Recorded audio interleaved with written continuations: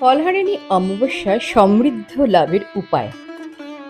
আর্থিক উন্নতির জন্য এই দিন বাড়ির উত্তর পূর্ব কোণে একটি মাটির প্রদীপ জ্বালিয়ে রাখবেন, তবে তেলের নয়, এটি হবে ঘিয়ের। তার মধ্যে 3টে লবঙ্গ, 3টে এলাচ ও একটি মুদ্রা দেবেন। এই প্রদীপ কখনো নিজে থেকে নেভাবেন না। এই জ্যোতিষদের মতে ফলহারিণী অমাবস্যায় এই কাজ করলে মা কালীর বিশেষ আশীর্বাদ লাভ করা যায়।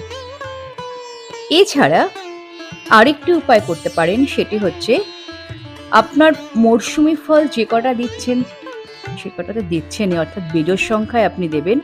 তাছাড়া 16টি কলায় সিঁদুরের তিলক লাগিয়ে মায়ের পায়ে নিবেদন করুন। বেজোড়